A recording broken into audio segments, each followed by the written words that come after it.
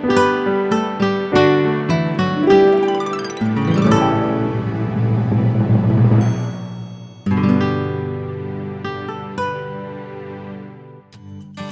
Gardening is a production of the Oklahoma Cooperative Extension Service as part of the land grant mission of the Division of Agricultural Sciences and Natural Resources at Oklahoma State University, dedicated to improving the quality of life of the citizens of Oklahoma through research-based information.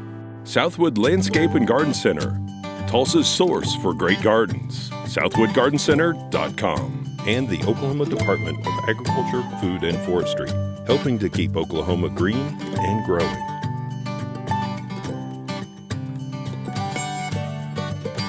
Welcome to Oklahoma Gardening. On today's show, host Casey Hinches is in the water garden to divide water lilies. We look at a tree that lit up the arboretum with beautiful blooms. And in Mustang, Oklahoma, we visit with a grower who uses hoop houses that get an early tomato crop.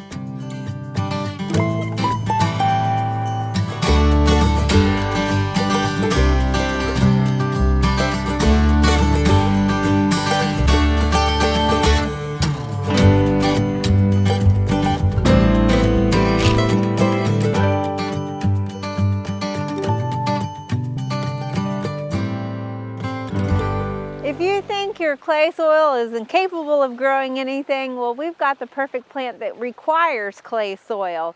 Or, you know, a lot of times I always talk about planting up container plants, and I say that we need to use a potting soil rather than topsoil. But today we're going to talk about how to divide our hardy water lilies, and you do not want to use potting soil because it will float in your water garden. So this time of year, late spring, our water garden water is starting to warm up, and a lot of our plants are beginning to grow. And before they get too big, we want to divide those. So here we have a water lily in front of us. This is a hardy water lily. And the roots on a hardy water lily are a rhizome. So kind of like an iris, if you think about how an iris grows, you've got this underground stem. And we're going to look for several different growing points. And those growing points are where all of these leaves are coming from. So we have one here in the corner. We have another one. Looks like we have about 1, 2, 3, 4, 5, 6, 7. We'll probably have more once we start getting in there. So we're going to go ahead and start breaking these out. And we'll show you how to divide those. So what you're going to use to divide this is something like a hori knife, and this is one of my favorite garden tools. You've got a nice serrated edge and then a pretty sharp point on it, and it's just nice to be able to get in there and separate stuff. If you don't have one of these, a regular serrated kitchen knife will do the job as well. You just want something that will really chop through these roots because they're pretty involved. And so you're going to cut these between the growing points.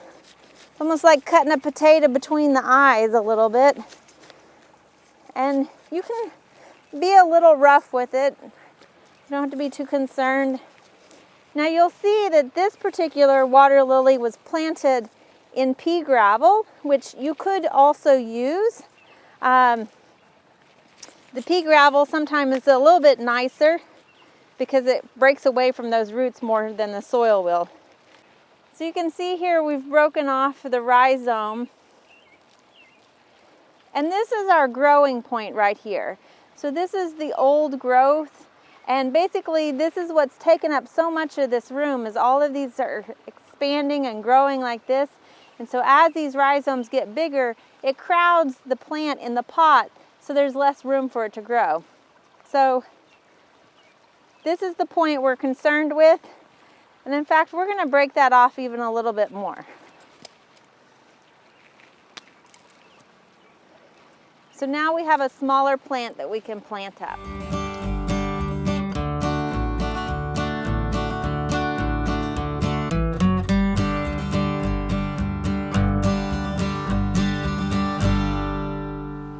After we got that one giant hardy water lily divided, we actually came out with 11 additional water lilies. So you can see here they're much smaller, but this is going to be better for growing in this container and give it more space now. You can see our container is well aged in the water garden. We did rinse it off, but we don't necessarily want to scrub it because this is actually good bacteria on here. So go ahead and leave it like this. Now, when we plant these, we want to make sure, you can remember our rhizome, we kind of broke it off a few times, and so the growing point is over here. So this is where it has already grown, and that's what we've removed. So we want to make sure this is closest to the edge, as it will continue to grow this way all season long. Now in a container like this, we're going to probably go ahead and plant 2 lilies. So we'll do one on opposite corners here. And we're going to do like what was previously in this pot and use some pea gravel to plant in. Now after we get a good layer of that in, we're going to just mix in some slow release fertilizer in there. And that will encourage those roots to grow deeper into the container. Rhizomes tend to grow a little bit more shallow, so having a wide open container is great for them versus one that's too deep. But this will allow those roots to grow more. We're going to mix that in. All right, so now that we've got a good amount of pea gravel at the base there, we're going to go ahead and set our rhizomes on top of that. Again, you want to make sure that your cut in is towards the container and your growing point is towards the center so that it can continue to grow. And then we'll cover it with some pea gravel to anchor it in.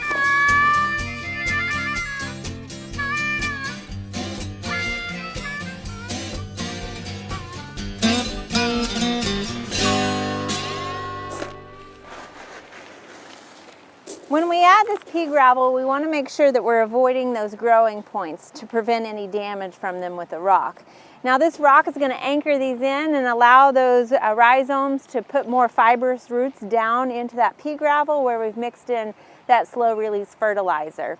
You can use, as you saw, we used a granular slow release. You just want to make sure that it has a higher middle number because that's what's going to give you those flowers. There's also some like lily tabs and things like that that you can use regularly throughout the season, and those work just as fine. So this is one way of doing this with pea gravel, but one of the cons to planting as pea gravel is you've got a lot of extra weight when you have to drag this back out of your water garden again. Now, if you have water lilies and you need to buy some pots, we want to look at the different pots that are available to you. This is one pot that we have here, and I like it because it's got a wide mouth to it, a little more wider than it is deep. It doesn't necessarily have as good of handles on it, but what's nice about it is there's no holes in the bottom of this. Water lilies are completely submerged into the water garden, so any water is going to come over the top. Having holes is just going to create more of a flow of that water through there, pushing out some of that soil and things like that, whatever media you use in here. So this is nice because it doesn't have holes. Now this one is often touted as a water garden plant container. I find that these work best for bog plants that are going to be on your shelves where they just like to have their roots in water but aren't necessarily completely submerged. A lot of times, if you plant a bog plant in something like this that doesn't have holes, you might not put it all the way into the water level and you think it's getting water, but because no holes, it's not getting the water it needs. This will allow that water to flow through there. And it'll also allow those roots to take up any fertilizer that your fish might be providing. So that's another option. Now these are pots that are kind of a little bit more pricey, but for water lilies you could use something like this. And this is just a kitchen dish tote or tub. It has a little bit of a handle on either side. It's definitely wider than it is deeper, allowing those hardy rhizomes to grow across it. And so this is a great option as well. So we're going to start out though with just this container here, and this is another way to plant a hardy water lily rhizome. If you don't want to use the pea gravel, what we have here is just your cheap run-of-the-mill kitty litter, which is actually just clay. So if you don't have Oklahoma clay soils, this is another option to use. So what we're going to do is that same process where we put a layer of this clay kitty litter in the bottom. then we're gonna once again mix in some of our slow release fertilizer. Now for this container, I'm just gonna put one water lily in here. Again, we're gonna put the cup point a little closer to the container, and then we will backfill with more kitty litter.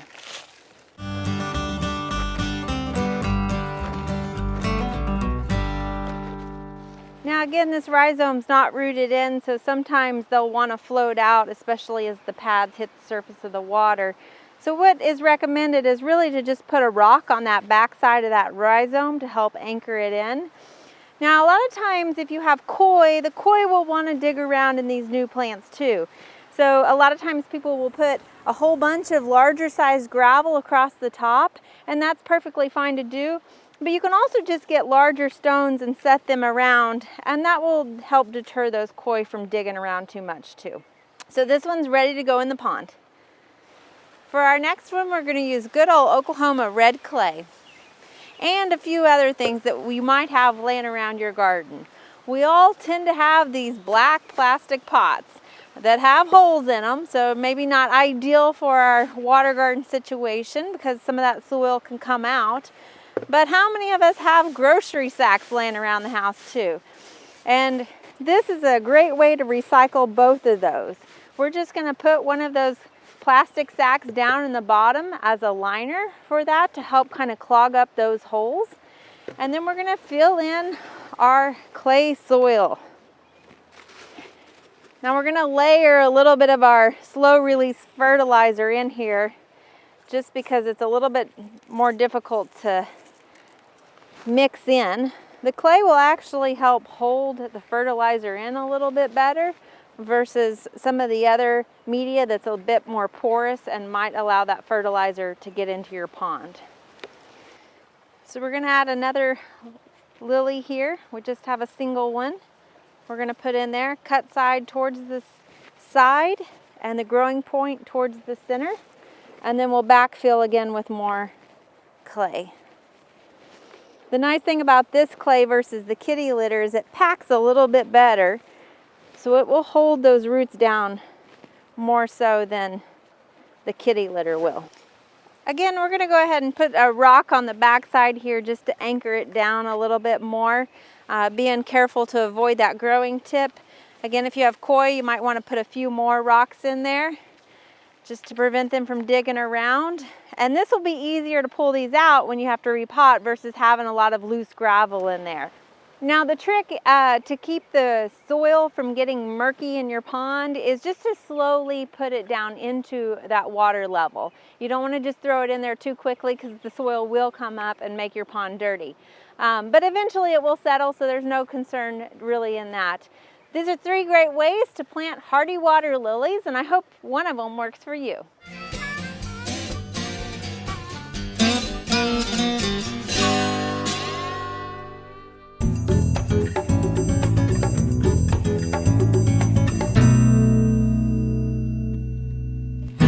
When you're looking for a landscape tree, why not get the most bang for your buck and not only get a great shade tree, but one that blooms for you as well? This is the Japanese tree lilac, also known as Syringa reticulata. And you can see behind me that it gets to be about 25 feet tall with a 20-foot spread. This tree's been getting a lot of attention here at the Arboretum, and I wanted to share it with you. You can see it has lovely cream flowers that bloom in late spring, a little bit later than your typical lilac shrub. Like the lilac shrub though, it does have similar leaves, and it will also need pruning after it is done blooming. So you want to wait for those flowers to come on and then prune it. This tree does best in rich, slightly acidic soil, but it can tolerate some other soils as well. It does well in urban conditions, mainly because of its smaller size. It prefers full sun, but it can handle a little bit of shade, but you'll find that the flowering may suffer a little bit as you get into more shade. In addition to these great fragrant flowers, you'll also find that it has a nice exfoliating bark on both the stem and the trunk of the tree. If you're looking for an alternative to maybe that later blooming crepe myrtle, this is a great one, the Japanese tree lilac.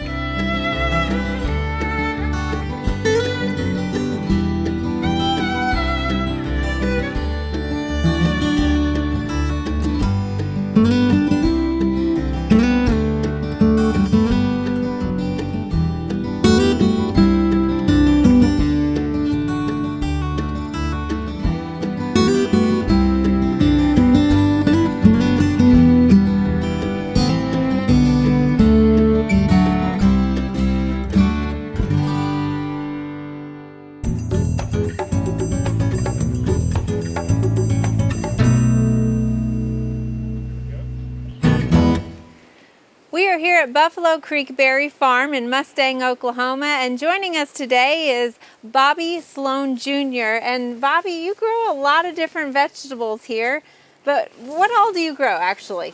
This is tomato house. This hoop house is specifically just for tomatoes. Okay, and you grow a lot of other stuff outside of the hoop house. Oh so. yeah. Our primary crop is thornless blackberries. We also have a really good crop this year of strawberries, 5 different varieties.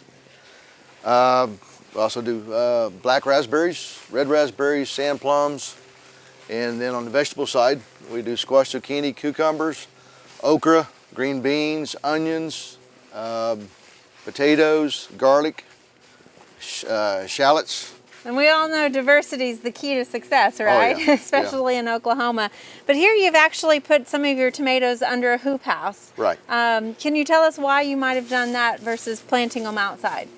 Well, the wind alone in Oklahoma, as we just had a big windstorm, just destroys the plant. They're perfectly healthy, you're doing everything right, a good gust of wind comes up and snaps them in two. Inside this hoop house, this tomato house, they're environmentally protected from the wind, the hail, critters for the most part. It's just, they got the sun, they got the water, the fertilizer, and none of the bad things. And here you've got them planted in plastic, so we're not dealing with any weed competition either. Right. Yeah, that's the whole idea. Keep it as clean as possible. You don't have to use, get away from the weeds. You don't have to use any pesticides, herbicides, and it's pretty much chemical free. Right, and so you actually have some tomatoes that are growing outside a little bit, and you can tell a difference between the two. Yeah, it's dramatic. Just on the edge, it goes from the plants are planted at the same time. They're the same variety, and they go from one small plant to, they're knee high or better. And these are the exact same plants planted the same day. Well, these look pretty healthy. Now, you mentioned we're in a hoop house, which is different than a greenhouse, right? Right. Let's talk about those differences. Well, a greenhouse is environmentally controlled. A hoop house is not. I have vents and I got doors. The biggest thing, a hoop house, especially this tomato house, its primary function is protecting the crop. And one of the ways it protects it, it's a shade. It's a shaded house. It knocks down the damaging rays, especially the heat. In the heat of summer, that's one of your defining characteristics of tomatoes is that they can't tolerate the heat. What this hoop house does, in a greenhouse, you've got air conditioning and you got heaters, so you can start early. You can, if you wanted to, you could grow all through.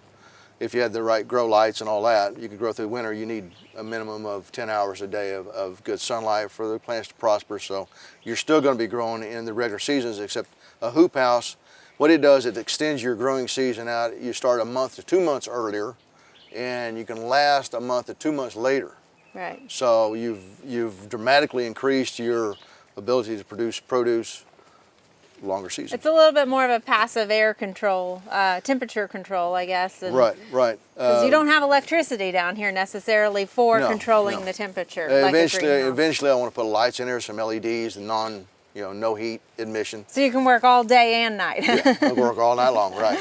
The way that Leon Sloan, this is a Leon Sloan designed hoop house. The way he designed it is originally when one of the first designs came out, it had a clamshell opening in the middle that was on a cable pulley system that will open up and you can vent through the middle. He also has clamshells on each end that open up on both ends, and what that does is it creates, you got the airflow coming through, plus you got the shade, which is critical during the heat of the summer.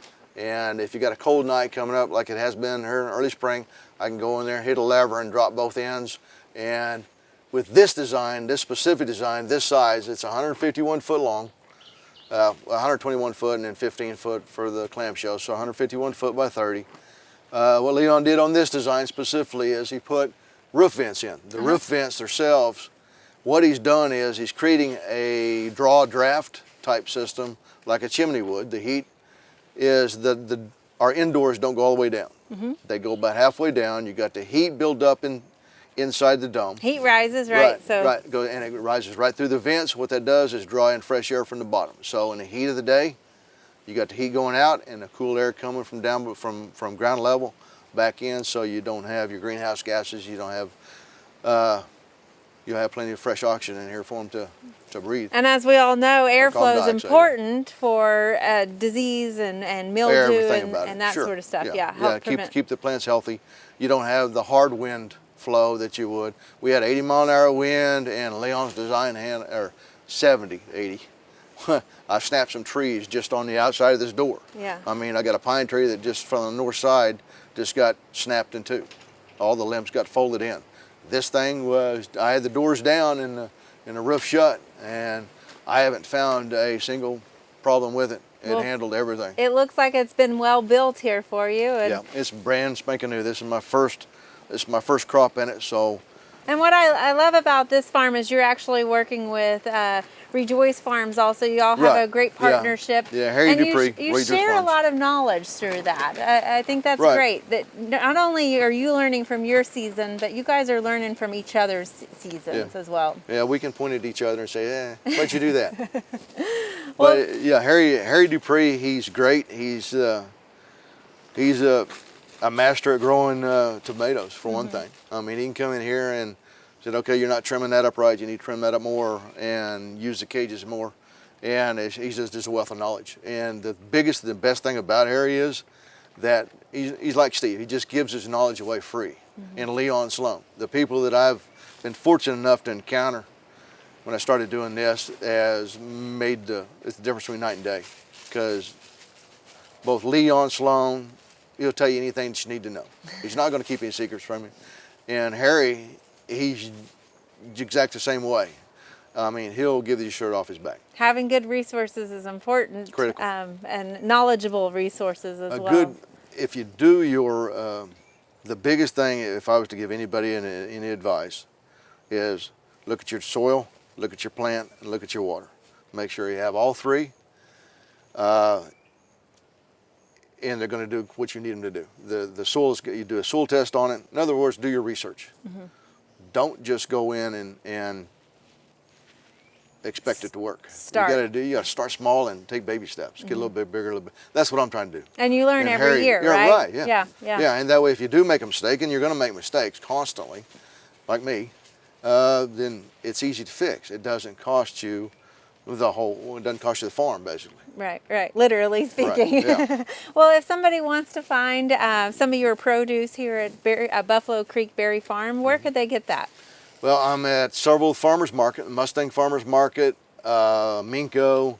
I'm at El Reno. We've got produce hopefully into Norman soon this year, I hope.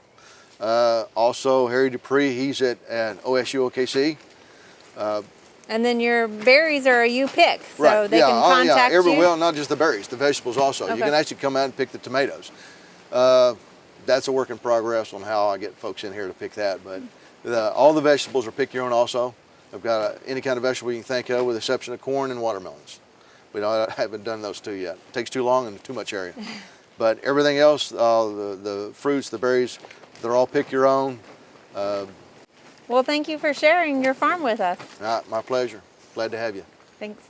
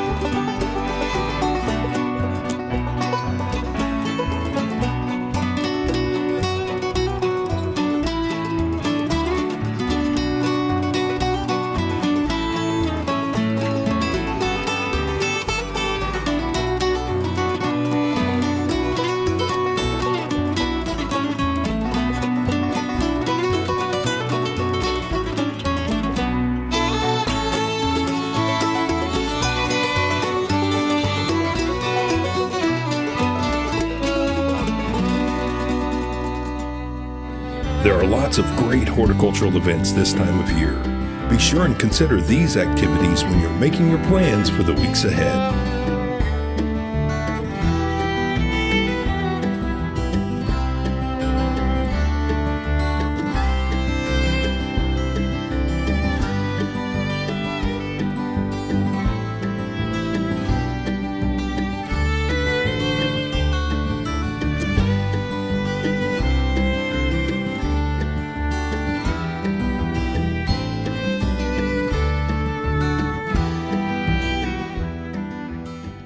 Next week, we'll be taking you on a virtual field day at the OSU Cimarron Valley Research Station in Perkins, Oklahoma. We'll get updates on research into rose rosette disease, cabbage varieties, sweet corn, and blackberries. So be sure to join us then for more TV You'll Grow to Love. To find out more information about show topics, as well as recipes, videos, articles, fact sheets, and other resources, including a directory of local extension offices, be sure and visit our website, oklahomagardening.okstate.edu.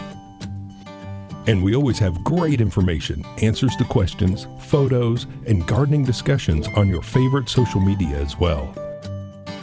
Join in on Facebook, Twitter, and Instagram. You can find this entire show and other recent shows, as well as individual segments on our Oklahoma Gardening YouTube channel.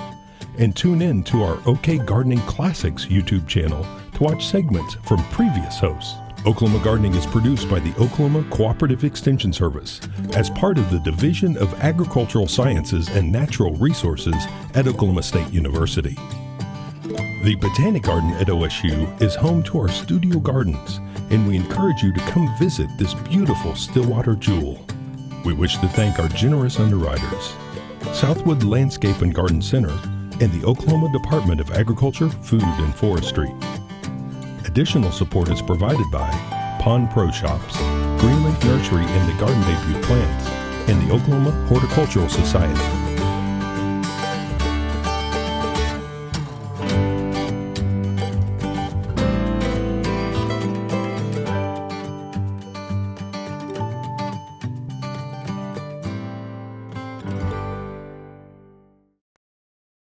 We hope you enjoyed this video. It's part of our Oklahoma Gardening YouTube channel. You can also find even more videos on our OK Gardening Classics YouTube channel. And join us on social media for great gardening tips, photos, and discussion.